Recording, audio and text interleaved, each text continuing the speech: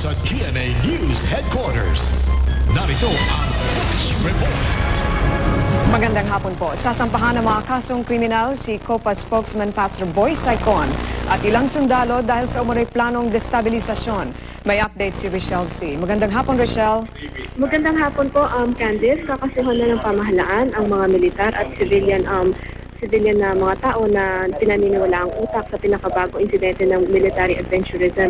Ito'y base na rin sa affidavit na kanilang hawak base sa pagpupasyon sina Captain Serafica at sina Captain Hassan, sina Boy Saicon, Boy Montelibano, Atty. Asuden Baltazar at si Pedro Navarro ay kakasuhan ng inciting to commit sedition at inciting to commit rebellion base na rin sa paglabag nila sa Article 141 at 142 ng Revised Penal Code.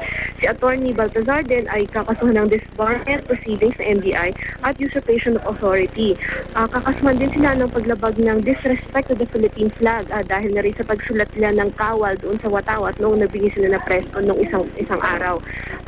Ayon kay Director Rico, ay kakasuhan nila sa DOJ sa lalong madaling panahon ang mga sila Saicon at kanyang mga kasama. Candice?